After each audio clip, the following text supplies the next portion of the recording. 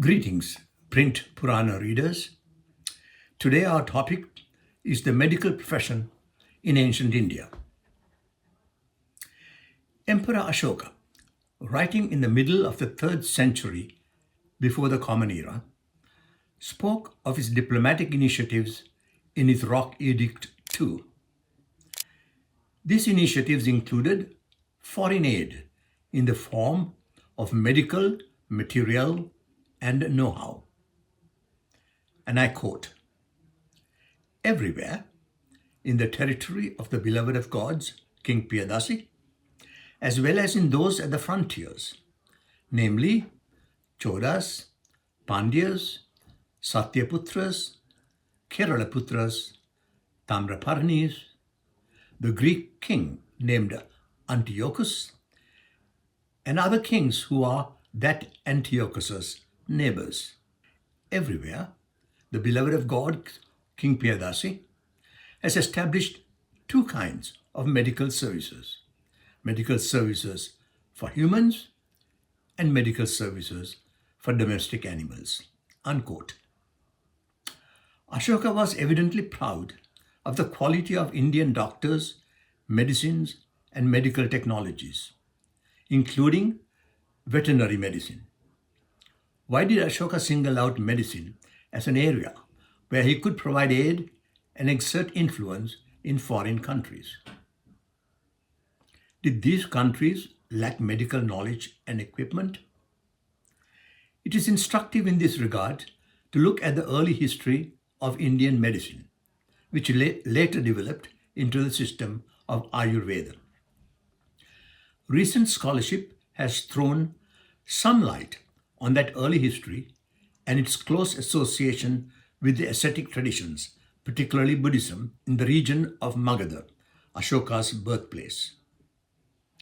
The development of an empirical medical science and practice within Buddhism and in the heartland of the Maurya Empire may have been a source of pride for Ashoka.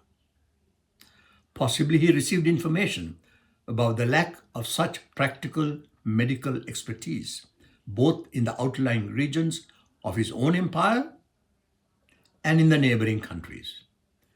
These regions may have been receptive to new forms of medicine and medical technology. If so, we can understand why Ashoka may have engaged in medical diplomacy.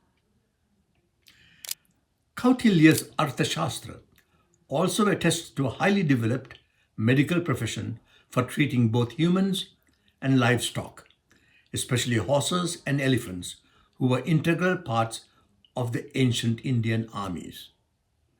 Physicians and experts in poisons were expected to be near the king at all times. The king's personal physician was expected to take medicine for the king from the pharmacy, test its purity by tasting it himself, and have it tasted by the cook and the pounder before presenting it to the king. The personal physician of the king was clearly an important position, with an elevated status within the state bureaucracy. Kautilya gives no hint that medical practitioners were affected by any social or legal disability. Nevertheless, it has long been noted that ancient India exhibited a kind of schizophrenia with respect to the medical profession. On the one hand, we have learned treatises on medicine and surgery produced in the first half of the first millennium of the Common Era, treatises that point to a long and distinguished tradition of medical learning known as Ayurveda.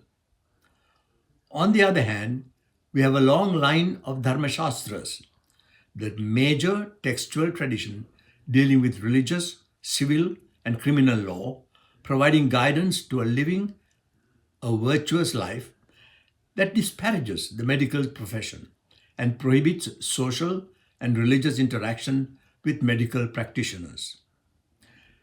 They are saddled with numerous social and religious disabilities. Manu, for example, prohibits eating the food of medical professionals or inviting them to any religious ritual. And I quote, The food of a medic is pus. Food of a lascivious woman is semen. Food of a usurer is excrement. And food of an arms merchant is filth. Unquote. The Mahabharata lists medics among people who should not be called as witnesses in a court of law. The texts of Ayurveda too appear to recognize that their profession had an image problem. If you were walking down the main street of a town or city in ancient India, you would encounter all sorts of people trying to sell you a variety of goods, from gold to garlands. That was unsurprising then as it is now. But there would be one thing surprising.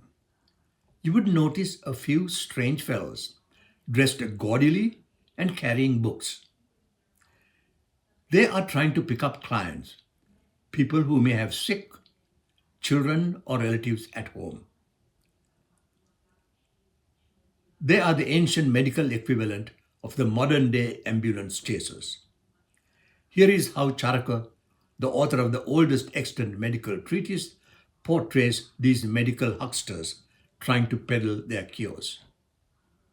And I quote, "Cloaking themselves with the garb of physicians and becoming thorns to the people, these fakes wander across the countries. This is how one can recognize them. Being extremely pompous in the attire of a doctor, they stroll down the market streets because of their yearning to obtain work. And when they hear that someone is sick, they rush towards him."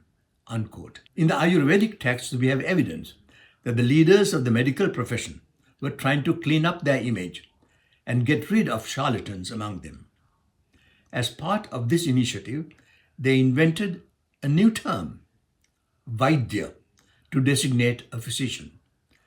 This term, with its etymological connection to the Veda, is never used in the early literature, including the Arthashastra and the Dharmashastras.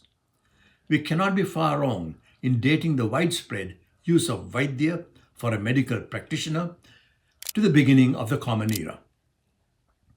The use of Vaidya is associated with the attempt within the emerging medical profession of Ayurveda to professionalize medical education and to elevate the status of the doctor.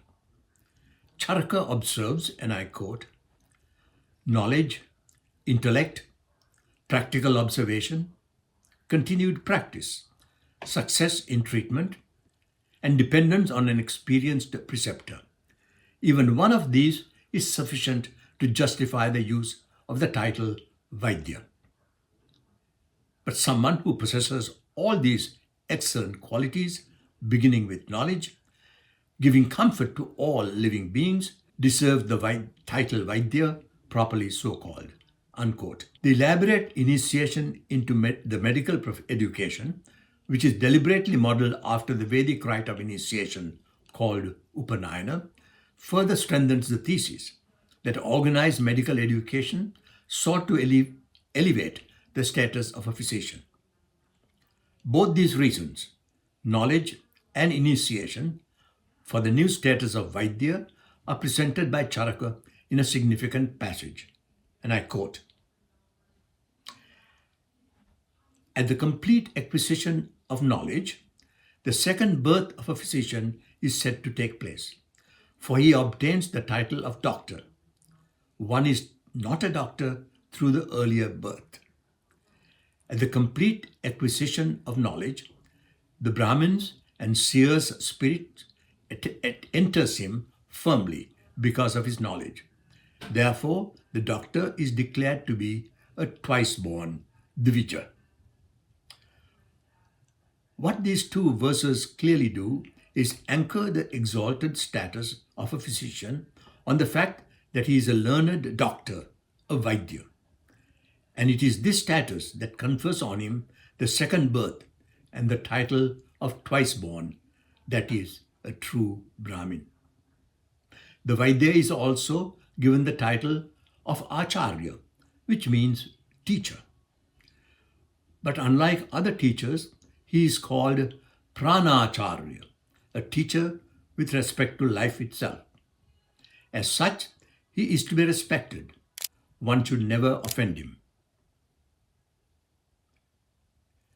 The Vaidya and Pranacharya are clearly distinct from the charlatans one sees roaming the streets. And I quote Charaka here.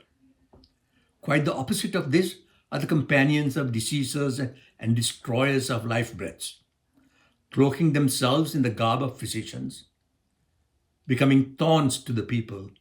They wander across the countries because of the negligence of kings, having the characteristics of fakes.